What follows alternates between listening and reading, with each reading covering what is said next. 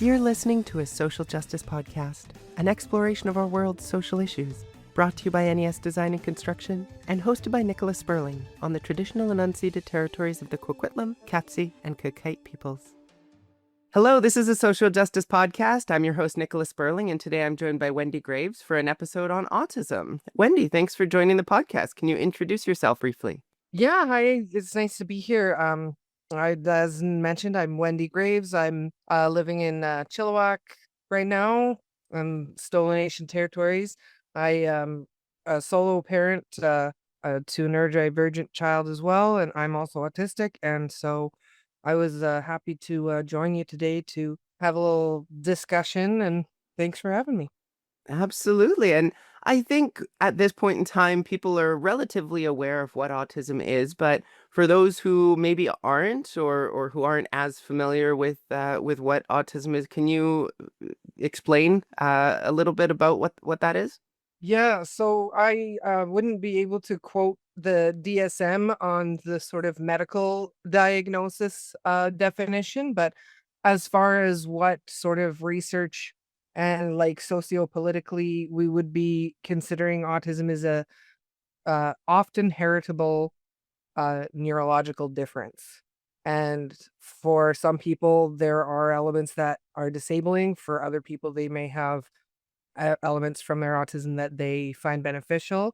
And there's often co-occurring conditions that people experience as well as being autistic. It's a lot more likely that you have another condition as well as being autistic. So, yeah, it's pretty complex for a lot of people.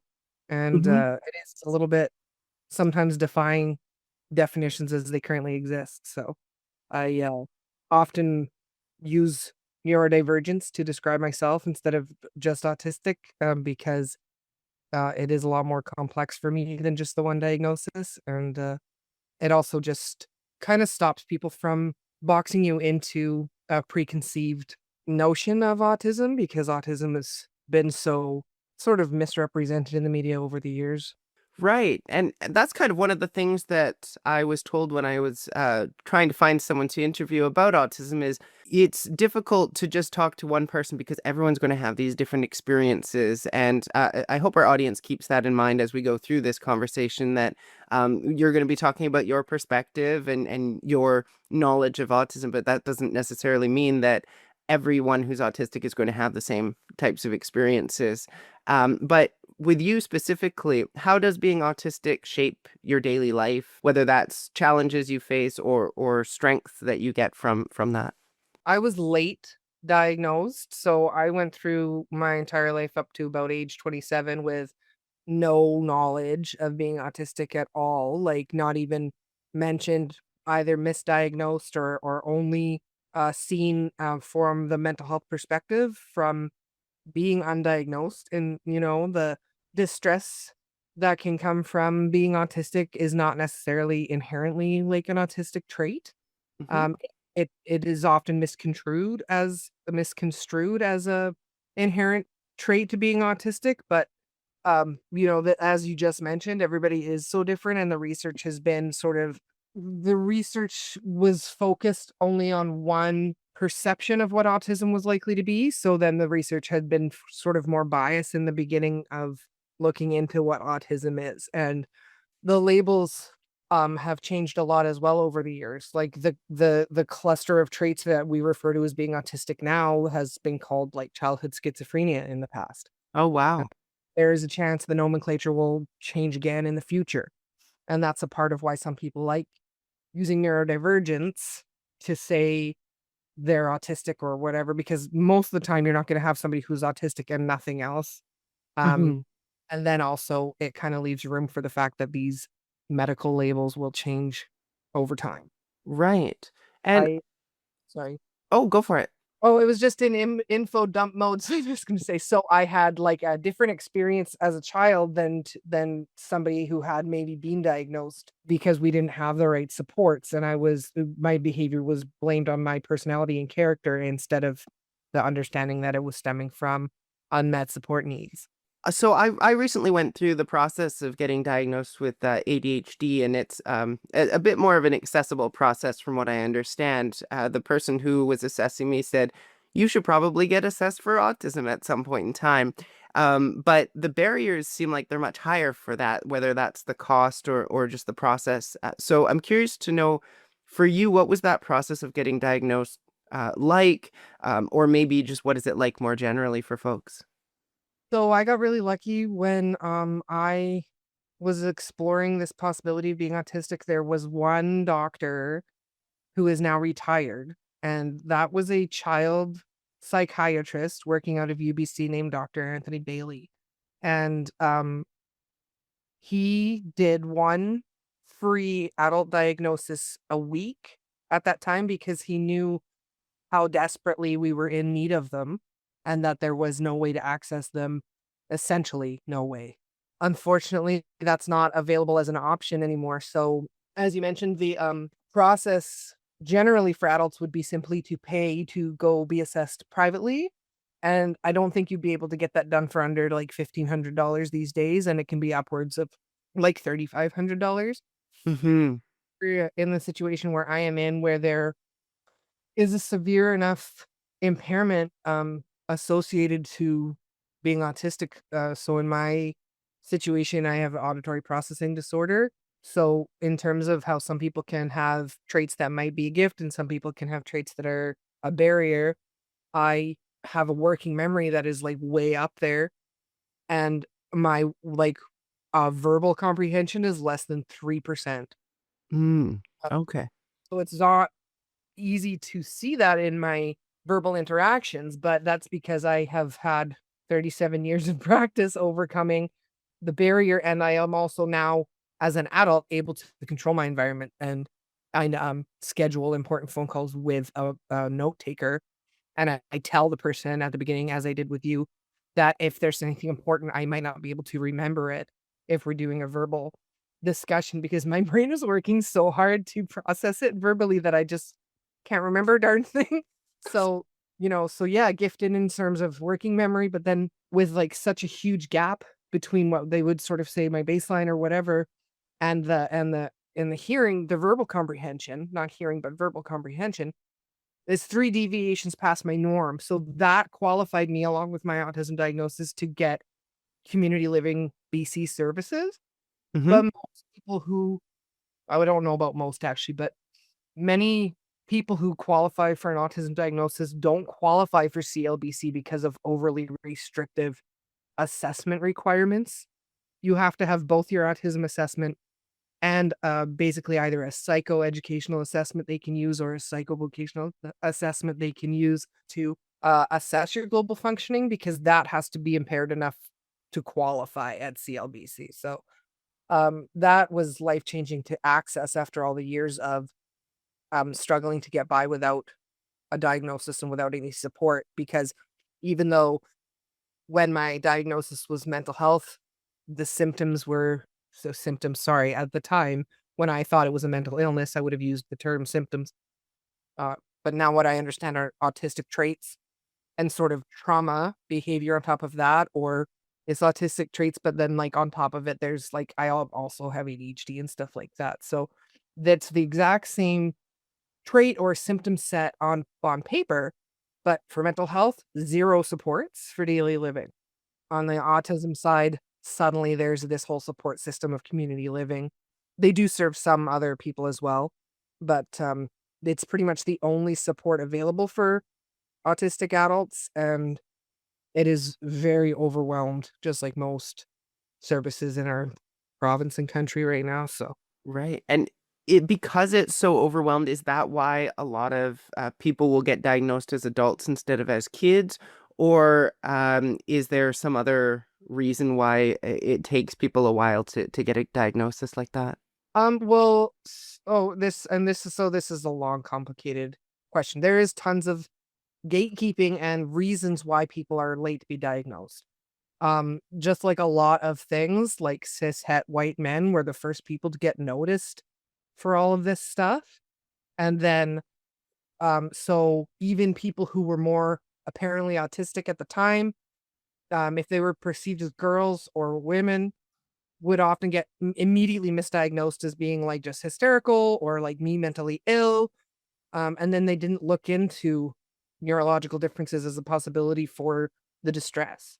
So especially right now, we have this huge wave of women or atypically presenting men, or perhaps people that don't fit into the gender binary who would also maybe not present the way they were looking for autism at first, which was, why aren't these cishet white men working the way I want them to work? And then it has expanded from there. And then any other community, as you get more intersectional and less privileged, there's more barriers. So assessments won't cross culture very easily.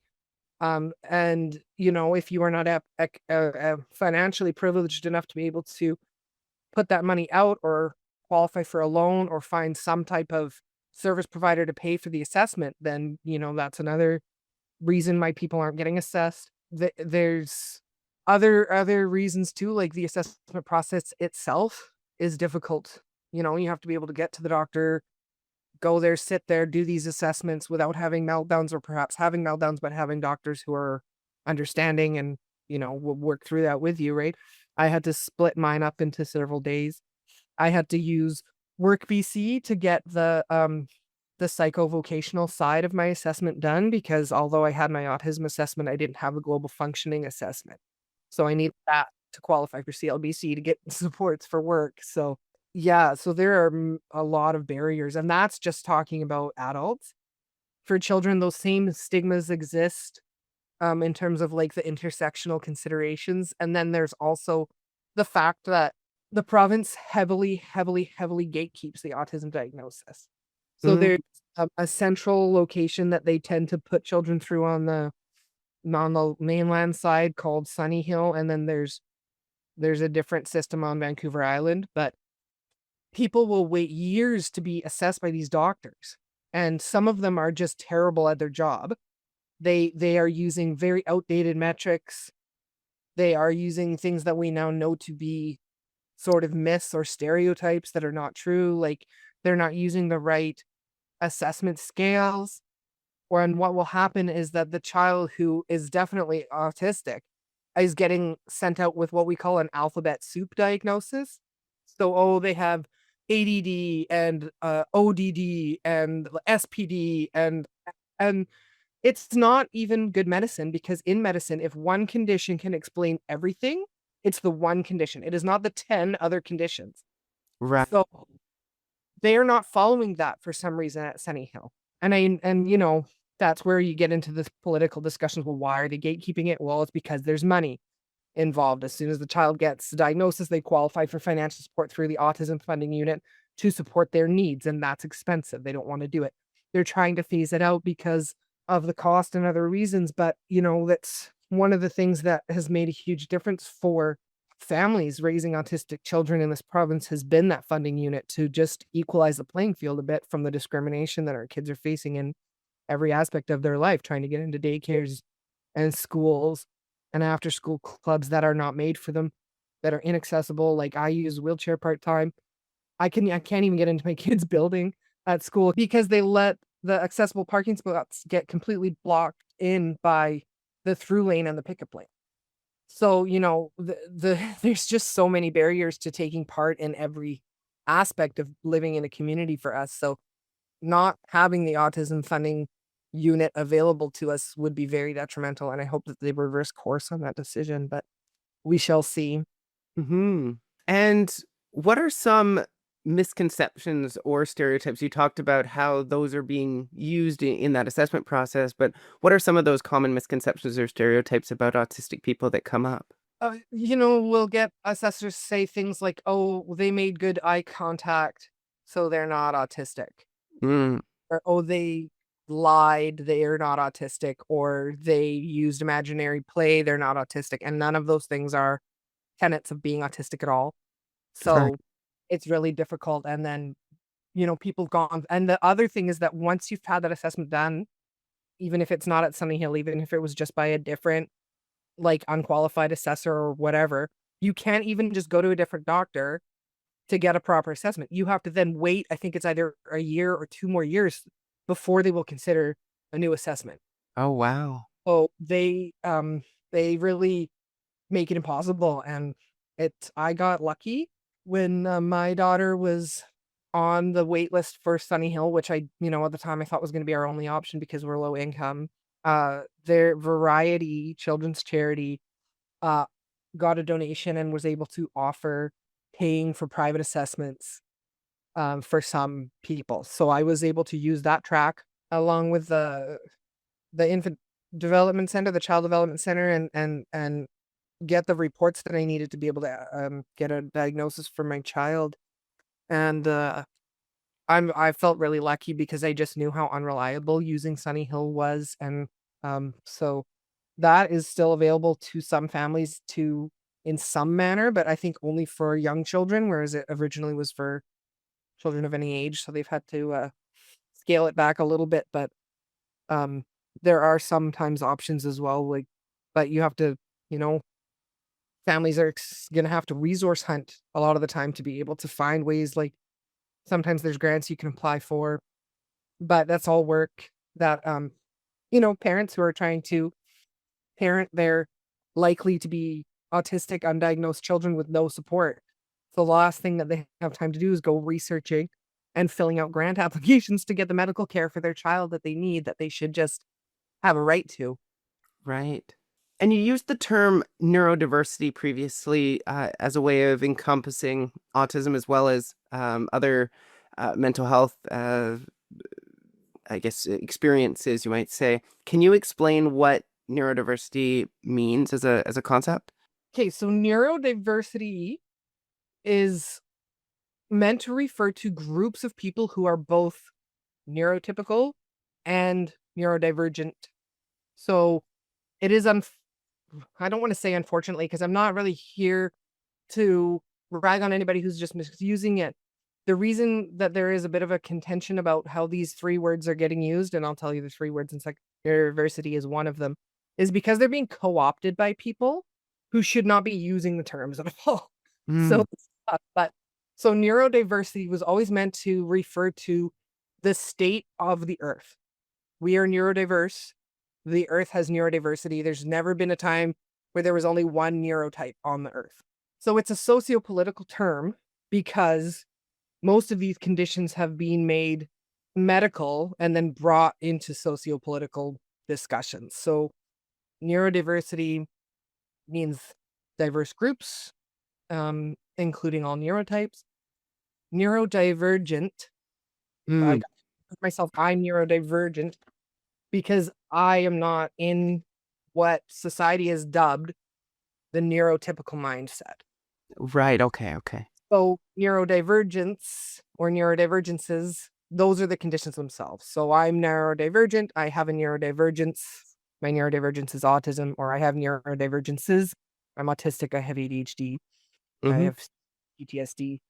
So essentially, neurodivergent is meant to refer to anybody outside of that typically most average development, that no anxiety, no depression, no clinical anxiety, no clinical depression, right? And so um they are socio-political terms. There is no like diagnosis in a book of neurodivergent. But I just find it a more useful language to use to talk about all of this stuff. Okay. And I guess neurospicy is also a term that comes up. Is that something that you would use or see used quite often? I like it. It's used a lot, yeah. And however people want to kind of refer to themselves, it's important to like honor that self-expression for sure. So neurospicy, I like it. Not everybody is gonna like any of these terms, right? Where like you said at the very beginning, autistic people are people, neurodivergent people are people. So we are all different. There is going to be zero chance of getting us all to agree on any one single thing because we're not automatons. We're people. So there are important historical reasons why people coined those phrases and those words rather. So if people are curious, it's good to Google Judy Singer and Cassian. I cannot remember Cassian's last name, but it's good information for if people are curious to Google the origins of those terms and why they came about. And yeah, so it's been quite a journey. Um, I actually didn't even know I was like autistic. As I said, I had been sort of diagnosed or misdiagnosed with mental health conditions And I had foster children, and I was talking to my oldest child, my eldest daughter, Emily, about what I was experiencing with my mental health. And she said, but like, Wendy, that sounds like autism. That sounds like what I have and live with every day. And what? What do you mean? Like, what are you talking about? And I had actually been to university and taken child development psychology. And I was like, okay, so there's got to be something in my textbook. I still have it on the shelf. I pulled it out. Autism was half of the page only. Huh. Did not believe it. I was like, how did I go through child development psychology and only half a page is on autism, right? So, but this was a few years ago, so I don't think that would be the case anymore. I think there would be more knowledge. And um, sure enough, it was okay.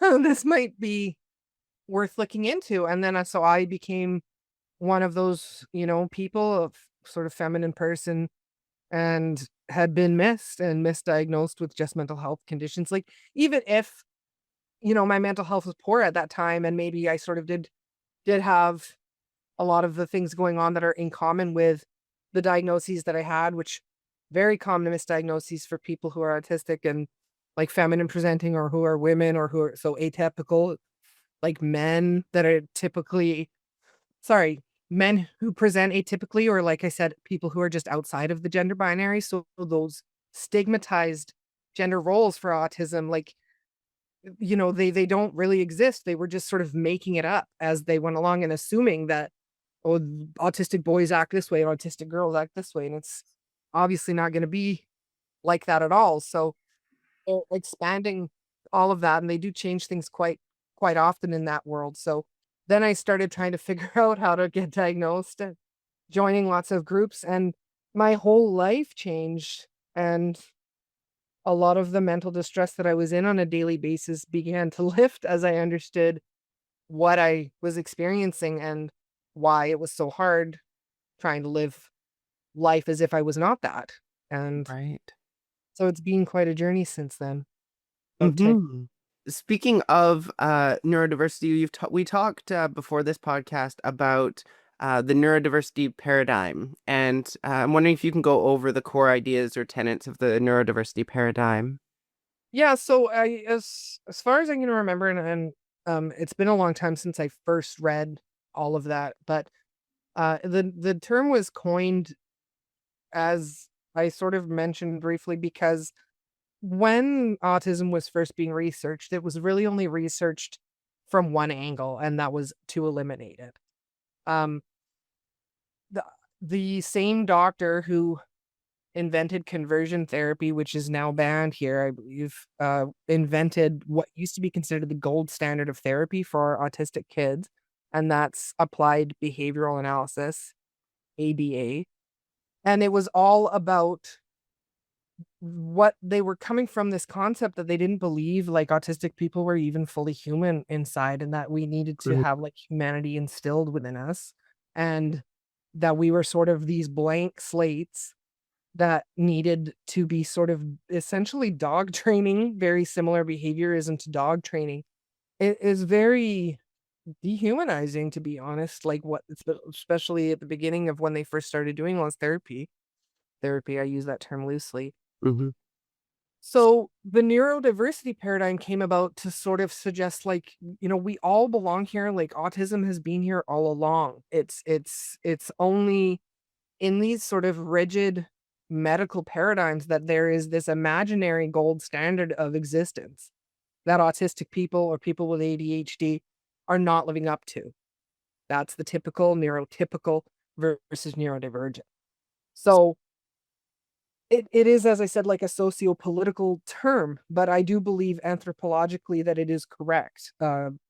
We've never just had sort of one type of way of thinking on Earth, and we never will. Hmm. I mentioned this at the beginning, but there's that term. If you've met one autistic person, you've met one autistic person. What does that mean to you to hear that? I mean, if you've met one holistic person, you've met one holistic person. Hmm. But I just say autistic people are people. So you're gonna find amazing autistic people, and you're gonna find assholes who are autistic, because it's the same from real real life. It's just not real life. It's the same for any other person who is a person. We are all different. Right. I'm perfect and then an asshole 2 hours later. That's just, or I should say other things. I has to, bleep that out. You can, we're going to meet people at every, journey of their life who are autistic because we're just people. So yeah, that's sort of where that phrase comes from.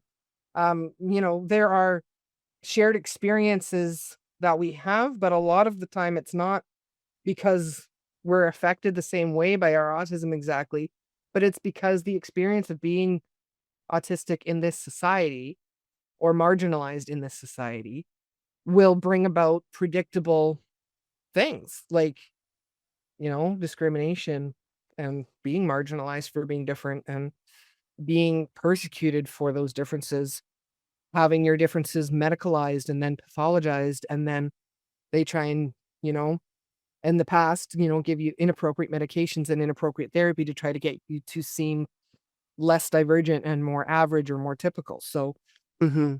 the lens change from that school of thinking to what we refer to in sort of my circle of friends and my peers and my, professional colleagues as neuro-affirming care. So we're not, the neurodiversity paradigm never meant that we're all perfect and nobody should ever have to change anything about themselves. Of course not. You wouldn't say that about any other person either. What it means is that if we need medical care, if we need a therapy, occupational therapy, speech therapy, if we need counseling to support our emotional regulation, that those therapies or that counseling or those medical appointments are made with us in mind from the beginning, not retrofitted in after.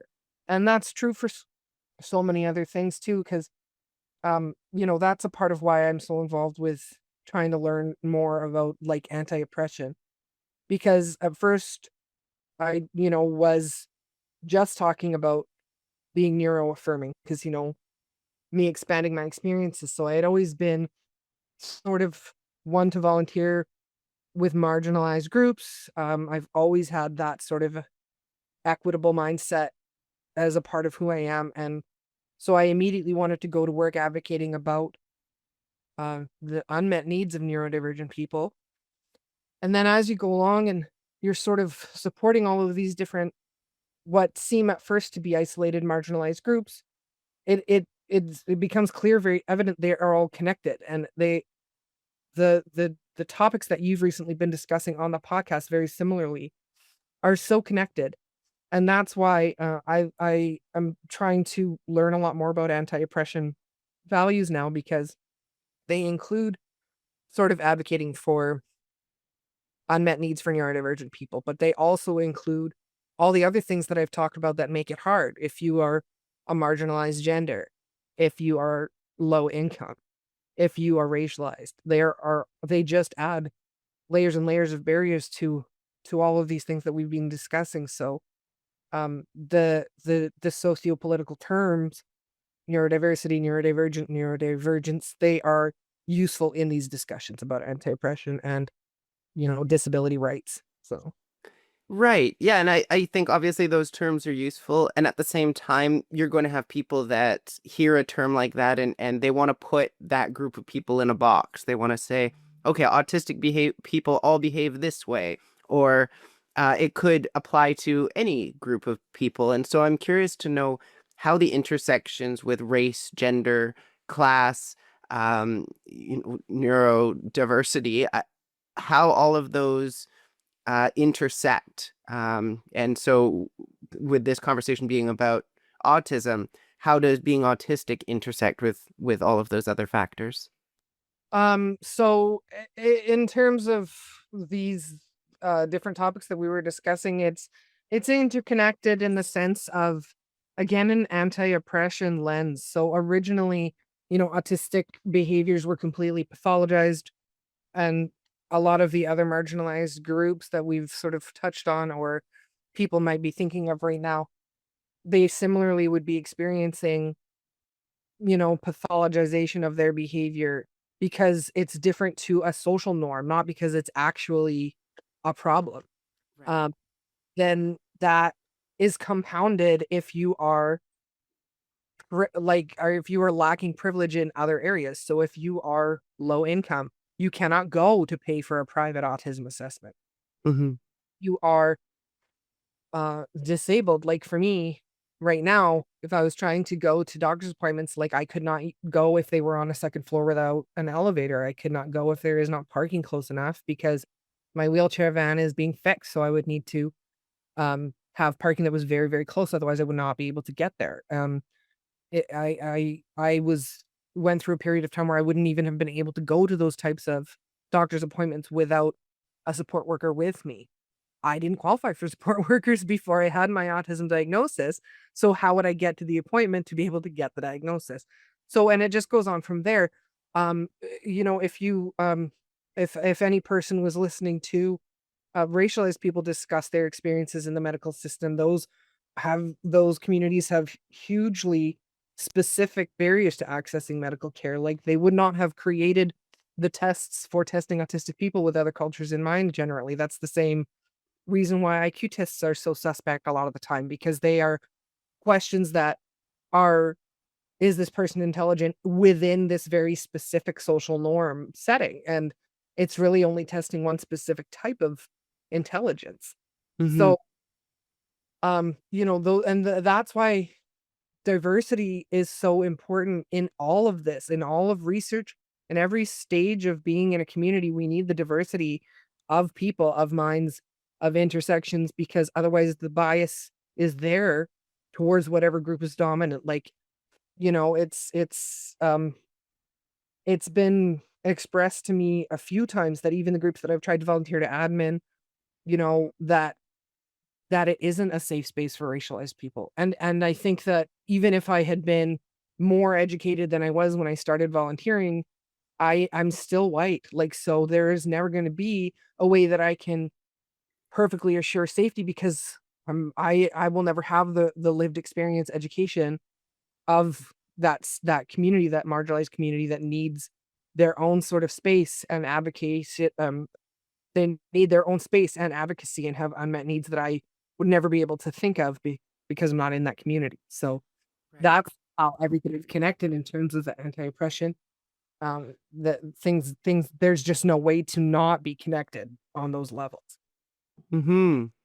And how do you think autistic people are represented or misrepresented in media or education or healthcare? Are there ways that they're represented, I guess, in a positive way and a negative way? I'm assuming there are, but what are you seeing there? So just like a lot of other disability communities that advocate about representation, we have stereotypes, we have flat out incorrect information that gets passed around. We have organizations that want to exploit us for financial reasons, especially sort of like the care industry, even nonprofits and stuff like that. Like a lot of people are willing to say they're trying to do something good for us and they're not. Um, and Sorry, what was even the question? So it's about how autistic people are represented or misrepresented in media, education, or healthcare. Right. So, and then we also have the same situation where we are only being represented in like TV shows and stuff in specific ways. There's a lot of infantilization that goes on, a lot of making it seem like autistic people are always childish, or they only want to represent autistic people who also have certain other co-occurring conditions, which pigeonholes everybody. And we also have a lot of, representation that it would be sort of what the disability community refers to as inspiration porn, where it's like, oh, look at like this autistic person. And really, at the end of the day, it's about making people feel better for not being autistic and putting Mm, us in this sort of role, this unequitable role, like a pet to be pitied. It's not equitable at all. And a lot of the time, we don't have that equitable representation because they don't want that view of like autism being out there, and other disability communities deal with similar. I know I follow Open Future Learning on Facebook and some other, disability advocacy pages or comic comedians and stuff. And it's the same thing. They don't want anybody that is going to challenge that childlike, whimsical view of being autistic that they have on all of these shows that have autistic people in them now, like Love on the Spectrum, The Good Doctor, and it's all like most of the time it's a cishet white man leading the role, Sheldon Cooper, and Mm, and so it is unfortunate because that's our representation, which is kind of good, but then they're representing it with stereotypes, which sucks. And right. and I'm sure other marginalized communities would say very similar. It's hard to I'm sure it's hard to showcase the diversity of people, right? Marketing is marketing. So is it going to sell or is it not? It's tricky, right? And so those things all do sort of cloud the view of what like autism really is. And then you have the further barriers of wanting to keep it pathologized and medicalized. There's quite a large subset of people who are against the neurodiversity paradigm because they are misconstruing it as us trying to say that autistic people don't, never need anything to change themselves. Well, it's just patently not true. We would never try to say that because that's dehumanizing. We Hmm. all want to achieve what our like level of personal growth is. I've never met anybody who didn't want to grow as a person, right? Um, it's the fear that sort of humanizing this disabled person and saying that autism is not something that we need to get rid of might cause them to lose support. Maybe you need to have this off the record, but I'll just say it and you can decide. I am only involved in online discussions for being trans because I don't live I'm not out or anything like that. But do you know how where there's like, okay, well, being trans is not a mental like illness. So there was the push to take it out of the DSM in that section. Yep. But then I have been hearing from people in the States that it has caused them to lose supports that used to be in place when it was considered that. Right. Okay. Never easy. And I don't want to necessarily make that on camera. So if there's any way that you can think of to sort of put a phrasing in here of that or whatever, or if we can do a soundbite later, let me know. But Hmm. so changing anything in a policy way is always a risk for some of the members of that community. Hmm. Change is just very difficult. So it can be difficult to get people on the same page. And as I said, a lot of people just won't be. We're all so very different. But it's difficult to get people to understand that even though we're trying to say with the neurodiversity paradigm that we belong here, it doesn't mean we're trying to say, and there's no reason to have support. They're not trying to say, and there's no reason to see the doctor if there's a problem. But for Right. some reason, people seem to think that's what we're trying to say. Or they want people to believe that's what we're trying to say because they want to discredit the neurodiversity paradigm for whatever reason. Either they don't agree with it or they don't understand it or they're afraid. It's different for everybody. Right. So if we use that trans analogy, it would be we're not saying that being trans means that you have some sort of, I guess, clinical mental um, issue, but it does mean that you still need to have treatment for that because that's, and I guess that's also, I don't quite know how to frame that either, but I guess that's also why gender dysphoria is included, whereas being trans isn't, because you can be trans without having gender dysphoria that needs that medical treatment. So it's a 100%. really, Sorry, if I can I'll just spin off of that. That's sort of exactly it's where I was saying, nomenclature does change. So that is exactly it. They didn't say just being trans on its own means that you're mentally ill. They did say, but there is a specific experience that trans people may have that is clinically needing support. And they should have probably also said, and the experience of being trans is so mentally distressing in the society that we will still pay for whatever it was that was being paid for supports that maybe were lost, because obviously those people should not have lost any support with policy nomenclature change, right? So hmm. I And think, that is that a question of the policy being the problem or the DSM-5 being the problem, right? Like that's and it's totally both because the mhm, policy based on the DSM, and the DSM often is pathologizing quite normal human behavior. So it's tricky because there is a chance that if some of these things were taken out of the DSM, that people would lose access to certain things.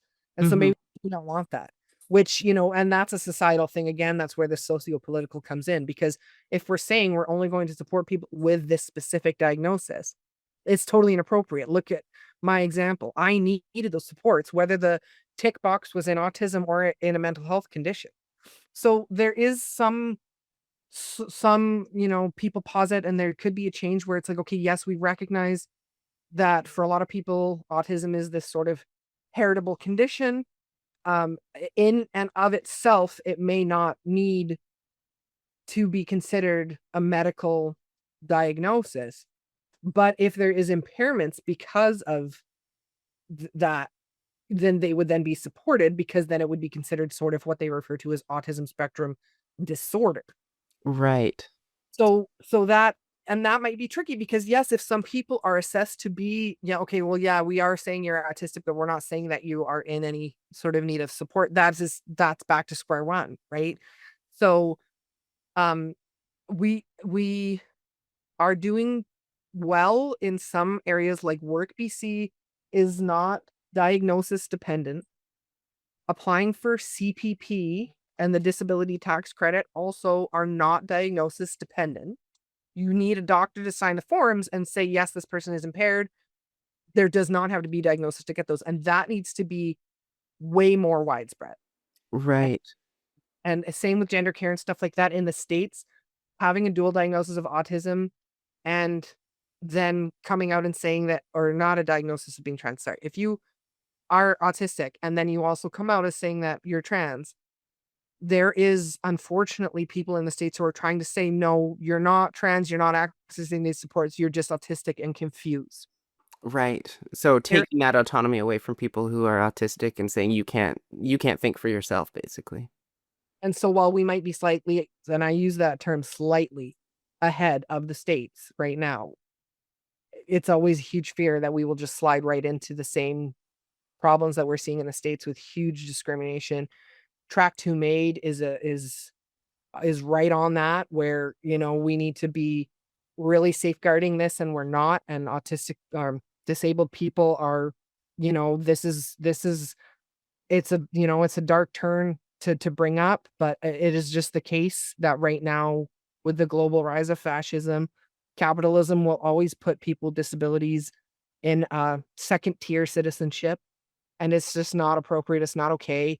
All of our potential as people is getting squandered, and the amount of time that I have to waste doing paperwork just to access these supports, instead of playing with my kid and being with her, and you know taking part in community events, because I'm just so overwhelmed with all of the tasks that I have to do for being disabled.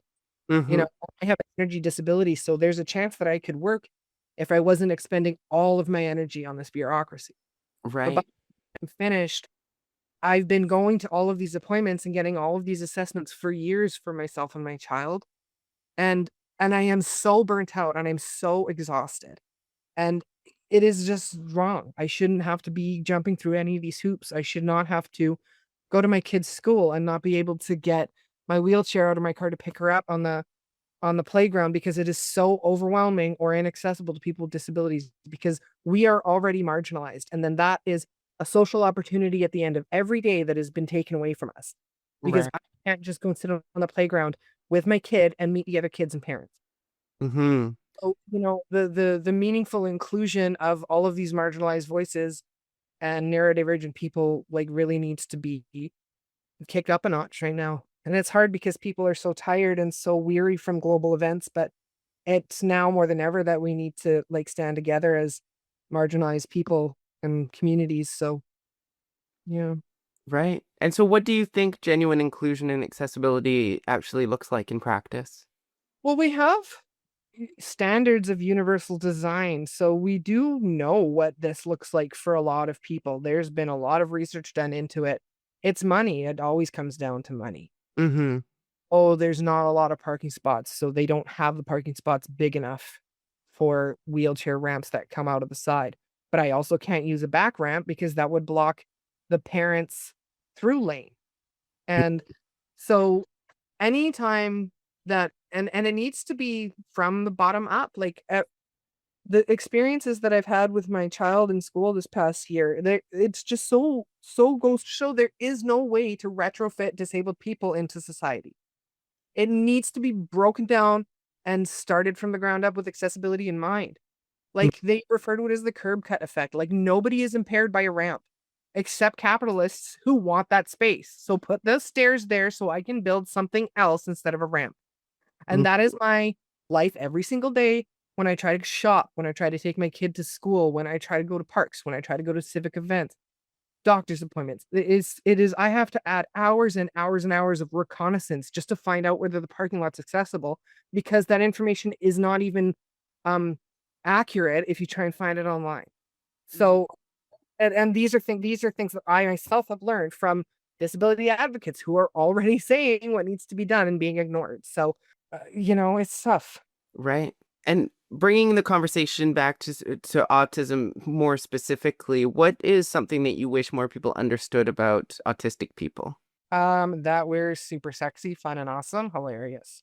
Amazing. I just honestly, it's like I was raised in this world. I know how ableist it is because before I was on the side of the world that would be calling themselves disabled, I didn't know any of this stuff. I was just as ignorant as, and I use that term ignorance because ignorance can be alleviated through learning. I'm not trying to denigrate anybody. I was ignorant of these facts at the time. Of course I was. They don't teach this stuff in school, and they should. The issues in the parking lot are an amazing learning opportunity. My daughter has to live through it so her peers can learn it too. Why not? It's engineering, it's physics, Hmm. it's accessibility, that's, social studies, that's career planning, that's all sorts of things. Like, there's no reason why kids can't also be involved in figuring out how to make things like accessible, right? And we're fun and, trust me, you want us at the party. Absolutely. And has being autistic given you any sort of unique perspectives, insights, or gifts? And I don't mean that in the sense of, oh, this person is autistic and therefore they must be gifted, but just in terms of a benefit to your life, perhaps, and like I said, those unique perspectives or insights that you've gained from it. Becoming disabled is obviously a double-edged sword because I have a whole bunch of barriers that nobody wants to face barriers. Like, I'm not a glutton for that type of punishment. But I am also so thankful to not be so ignorant anymore.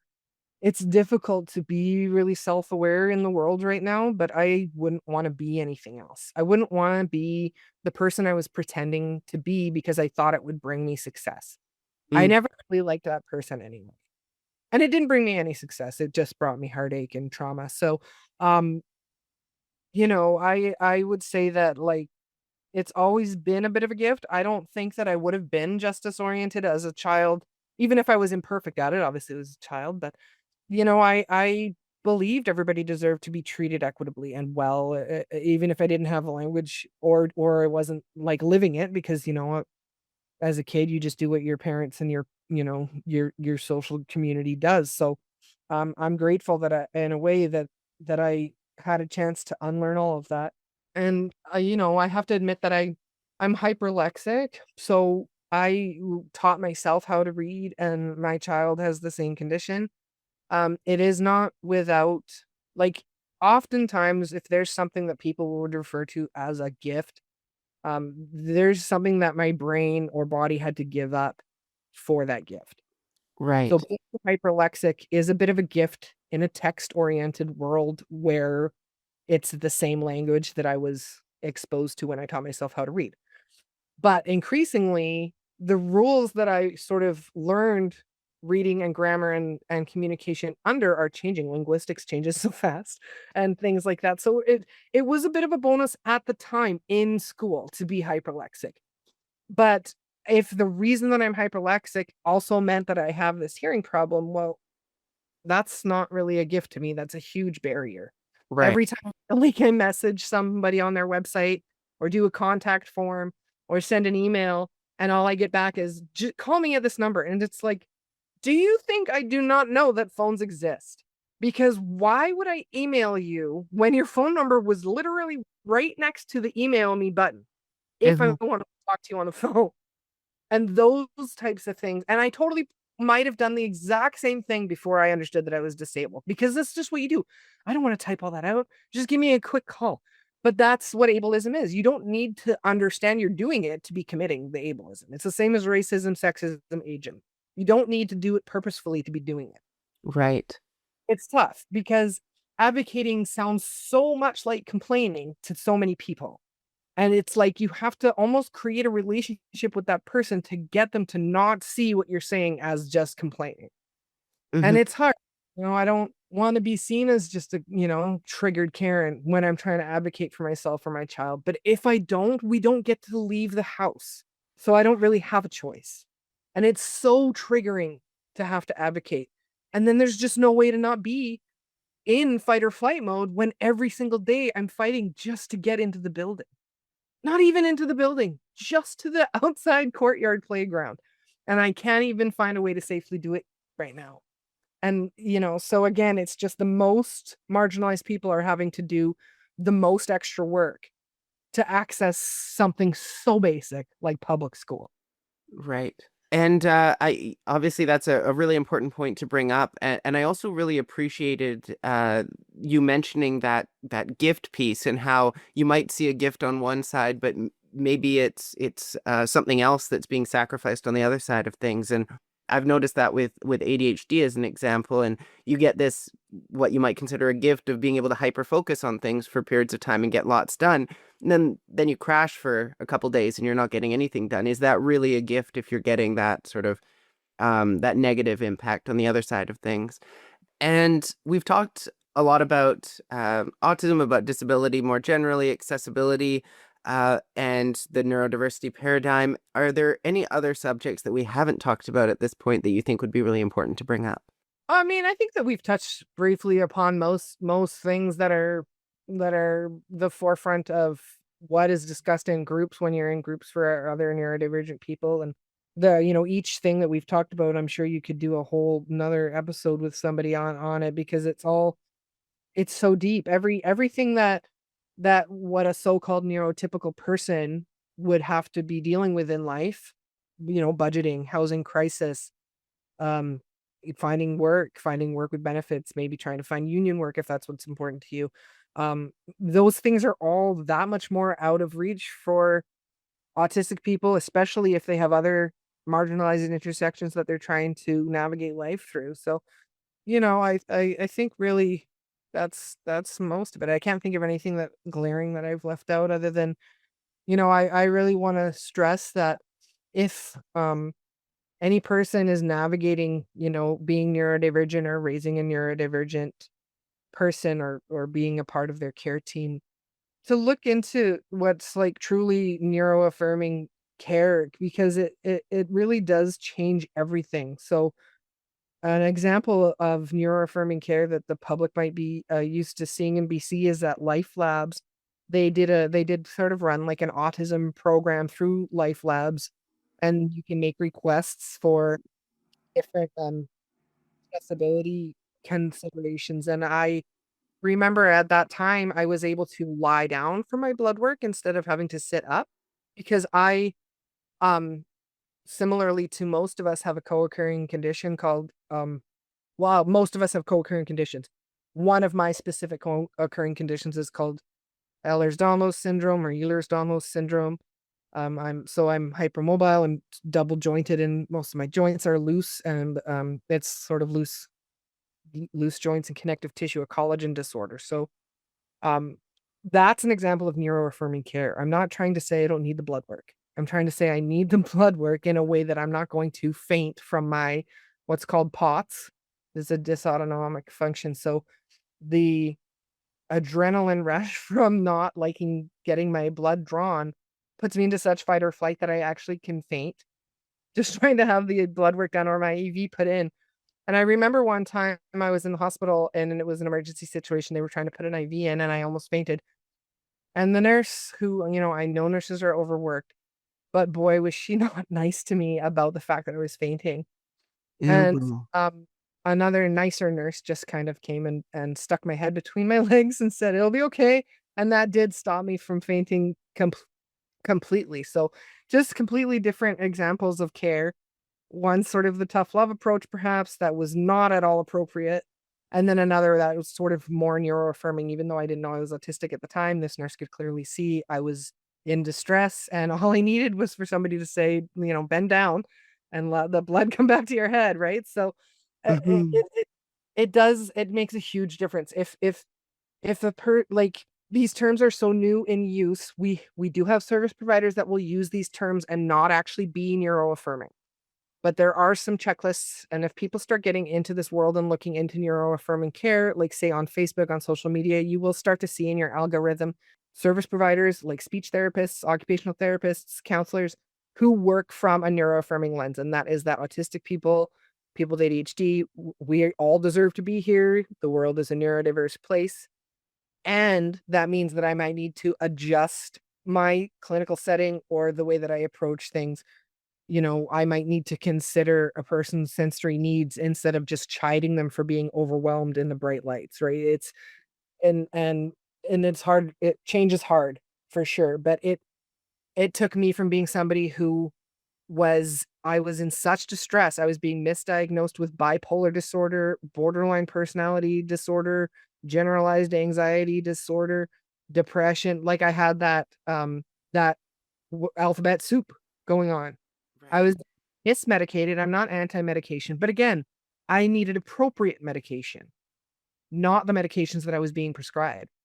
And I could not work. I was unstable.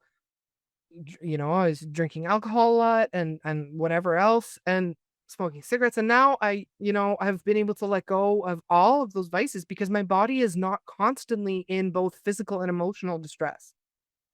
I still deal with a lot of chronic illness and other barriers because of my physical disability.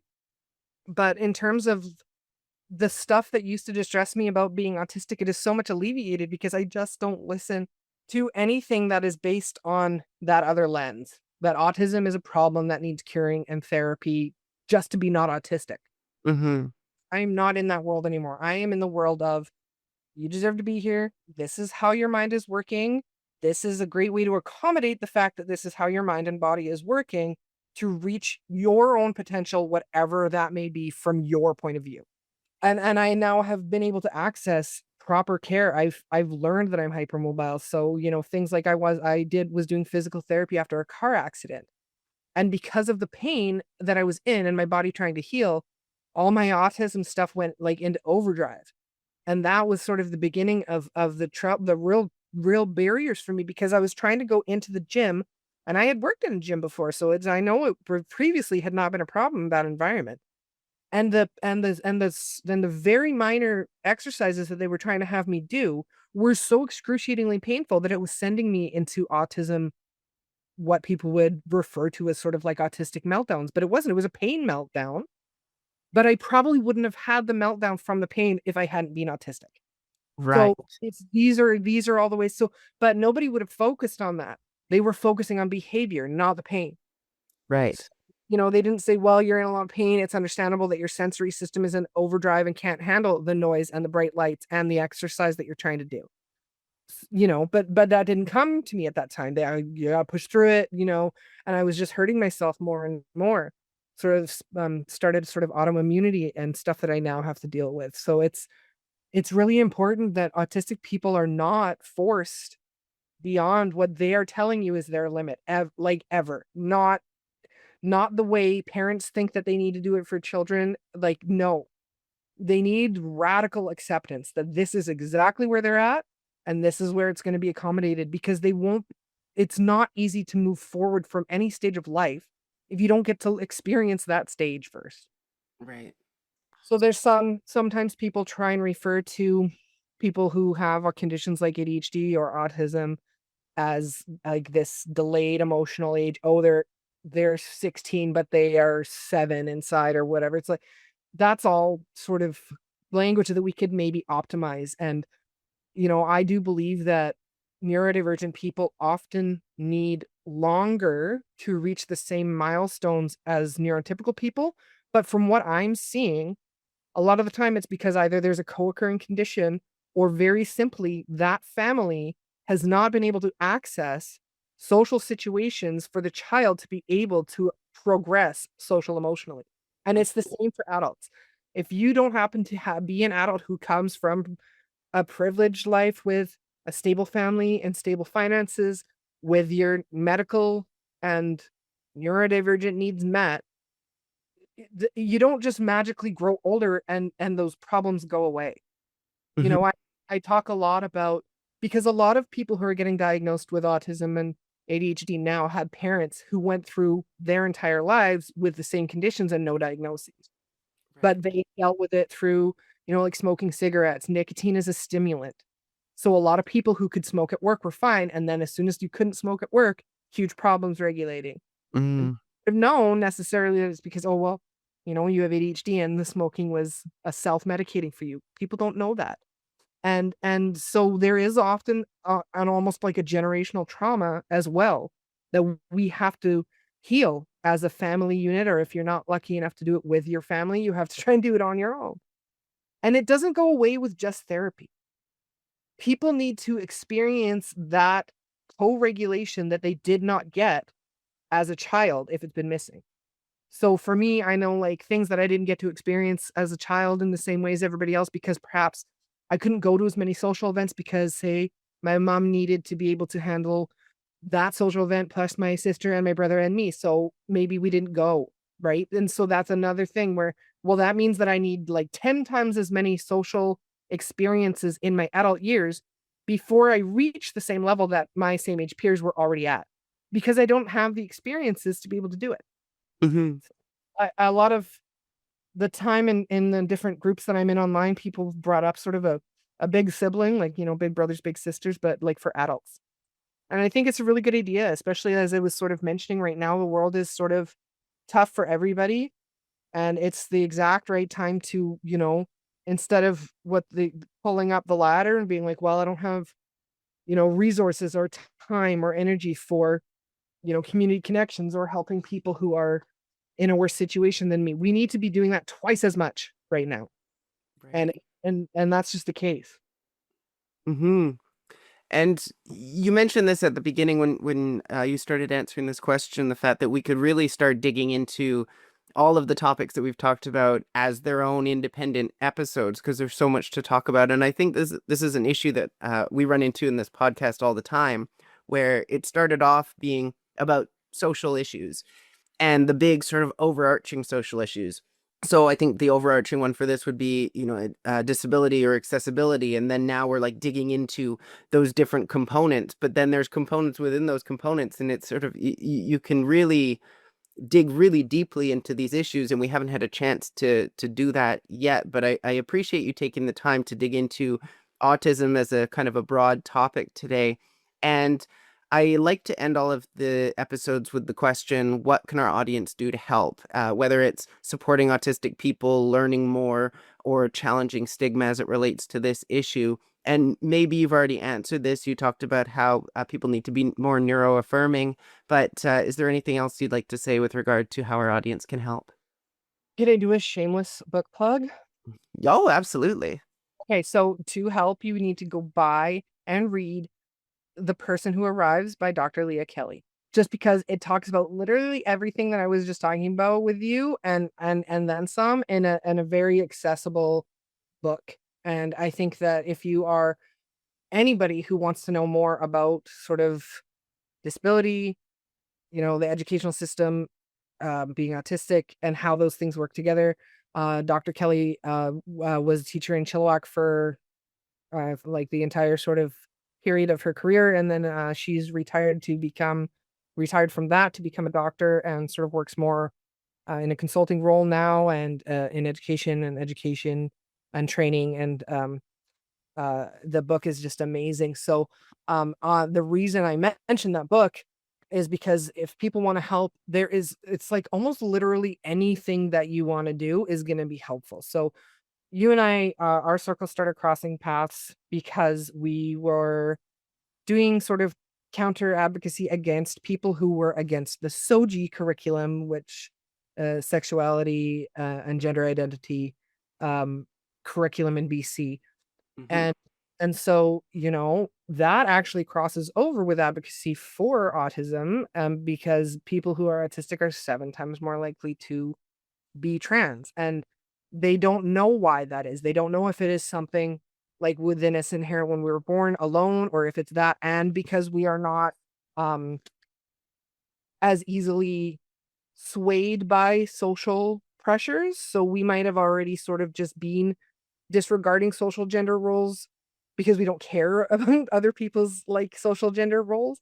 And so it's interesting research. So if you are somebody who's trying to support trans people, you're gonna end up sort of getting exposed to also supporting autistic people because the intersection of those two communities is large, the overlap. And so any sort of giving back, looking out for marginalized communities, or learning more about yourself is going to help right now.